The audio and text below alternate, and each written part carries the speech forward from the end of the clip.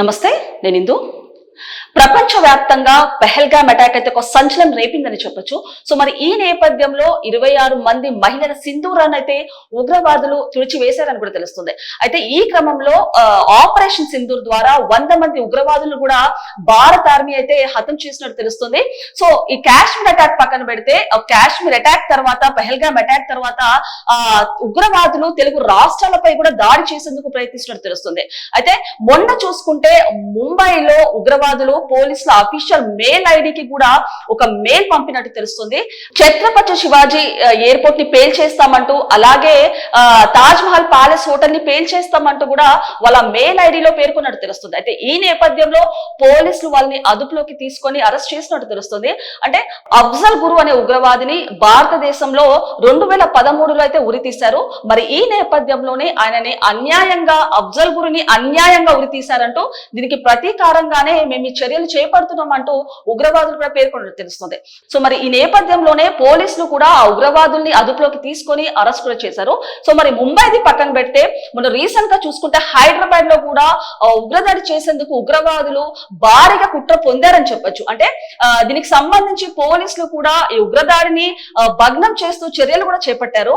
అంటే విజయనగరానికి చెందిన సిరాజ్ అనే వ్యక్తి, అలాగే హైదరాబాద్ కి చెందిన సమీర్ అనే వ్యక్తిగా కూడా పోలీసులు అయితే గుర్తించారు. అంటే ఎవరైతే విజయనగరానికి చెందిన సిరాజ్ అనే వ్యక్తి భారీగా పేలుళ్ల పదార్థాలు కొనుగోలు చేసినట్టు తెలుస్తుంది. అమెజాన్ లో టిఫిన్ బాక్స్ కానివ్వండి, వైర్లు కానివ్వండి, అలాగే రిమోట్ సెన్సార్స్ కూడా ఆయన కొనుగోలు చేసినట్టు తెలుస్తుంది. అలాగే పేలుళ్లకు సంబంధించిన అమోనియం నైట్రేట్ అండ్ సల్ఫర్ ని కూడా ఈయన భారీగా కొనుగోలు చేసినట్టు తెలుస్తుంది. సో వీటన్నిటిని కూడా పోలీసులు స్వాధీనం చేసుకొని వీళ్ళిద్దరిని కూడా అదుపులోకి తీసుకున్నారు. అలాగే వీరిద్దరితో పాటు మరో 6గురికి కూడా కర్ణాటక యువకులకి కూడా వీటితో సంబంధం ఉన్నట్టు కూడా తెలుస్తుంది.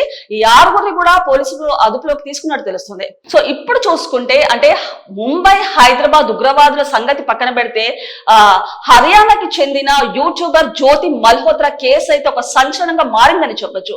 అంటే ఒక పాకిస్తాన్ కి గూఢాచారిగా భారతదేశానికి సంబంధించిన సమాచారాన్ని ఇవాళ పాకిస్తాన్ కి చేరవేస్తుందని కూడా తెలుస్తుంది.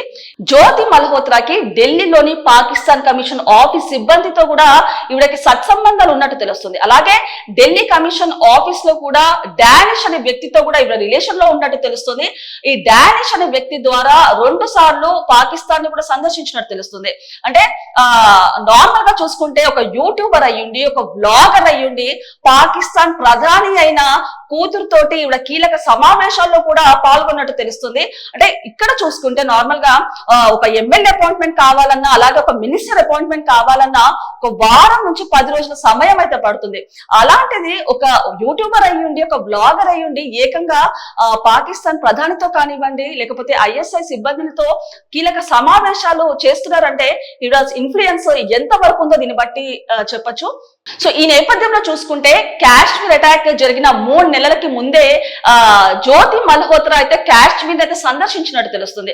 అంటే పాకిస్తాన్ టూర్ వెళ్ళొచ్చిన తర్వాత మళ్ళీ కాశ్మీర్ ని ఆవిడ సందర్శించినట్టు తెలుస్తుంది. సో అక్కడున్న ప్రదేశాన్ని కానివ్వండి, లేకపోతే లొకేషన్స్ ని కానివ్వండి, ఆవిడ వీడియోస్ ద్వారా క్యాప్చర్ చేస్తూ తన ఇన్స్టాలో పోస్ట్ పెట్టినట్టు తెలుస్తుంది. మరి ఆ పోస్ట్ కి క్యాప్షన్ గా మళ్ళీ కాశ్మీర్ టూర్ కి రావడం అవసరమా అంటూ కూడా ఒక క్యాప్షన్ పెట్టింది. ఇప్పుడు ఆ క్యాప్షన్ అయితే ఒక సంచలనంగా మారిందని చెప్పొచ్చు. సో ఈ క్రమంలో చూసుకుంటే, అంటే జ్యోతి మల్హోత్రా భారతదేశానికి సంబంధించిన కీలక ఇన్ఫర్మేషన్ ని వాట్సాప్ ద్వారా కానివ్వండి, లేకపోతే టెలిగ్రామ్ ద్వారా, అలాగే స్నాప్చాట్ ద్వారా పాకిస్తాన్ కి చేరవేస్తున్నట్టు తెలుస్తుంది. అంటే మీకు గుర్తుందో లేదో, అంటే పెహల్గామ్ అటాక్ తర్వాత ఢిల్లీ పాకిస్తాన్ కమిషన్ ఆఫీస్ లో ఒక వ్యక్తి కేక్ తీసుకెళ్తూ అయితే కనబడ్డాడు. అంటే ఆ వ్యక్తిని మీడియా ప్రతినిధులు కూడా ఆపారు ఆ టైంలో. సో ఆ వ్యక్తితో కూడా జ్యోతి మల్హోత్రాకి సత్సంబంధాలు ఉన్నట్టు తెలుస్తుంది. అంటే ఆ వ్యక్తితో కొన్ని కీలక సమావేశాల్లో పాల్గొనడం కూడా ఒక వైరల్ గా మారింది. మరి ఆ సంబరాల్లో కూడా జ్యోతి మల్హోత్రా ఉన్నట్టు కూడా తెలుస్తుంది. సో మరి ఈ నేపథ్యంలో చూసుకుంటే, అంటే మన దేశంలోనే ఉంటూ, మన తిండి తింటూ, మన నీళ్లు తాగుతూ, ఒక విధంగా మన పక్కనే ఉండి ఇలా భారతదేశానికి సంబంధించిన ఇన్ఫర్మేషన్ ని పాకిస్తాన్ కి పాస్ చేయడంపై చాలా మంది భారతీయులు అయితే మండిపడుతున్నారు. అంటే సౌదీలో ఎలాంటి అయితే యాక్ట్ ఉంటుందో ఉరి తీసే యాక్ట్, అలాంటి యాక్ట్ ద్వారా ఈవిడ్ని ఉరి తీయాలంటూ షూట్ చేసేయాలంటూ కూడా చాలా మంది భారతీయులు అయితే మండిపడుతున్నారు. అంటే ఒక ఇన్స్టా పరంగా కానివ్వండి, ఒక యూట్యూబ్ పరంగా కానివ్వండి, ఈవిడకి 3 లక్షల కంటే ఎక్కువ సబ్స్క్రైబర్స్ ఉన్నారు. సంపాదన పరంగా కూడా ఈవిడ చాలా బాగానే ఉన్నారు. కానీ కేవలం ఒక డబ్బు ఆశ కోసం, లేకపోతే ఒక లగ్జరీస్ కోసం పాకిస్తాన్ తో ముడిపడి ఇలాంటి చర్యలు అయితే ఈవిడ చేపడుతున్నారు. సో ఇలాంటి జ్యోతి మల్హోత్రా వాళ్ళు కానివ్వండి, లేకపోతే స్లీపర్ సెల్స్ కూడా మన మధ్యలో యాక్టివేట్ అయి ఉన్నారని చెప్పేసి కూడా పోలీసులు ఆదేశాలు జారీ చేస్తున్నారు. అలాగే పోలీసులు కూడా అప్రమత్తమై ఇలాంటి ఉగ్రదాడి కుట్రను కూడా భగ్నం చేస్తున్నారు.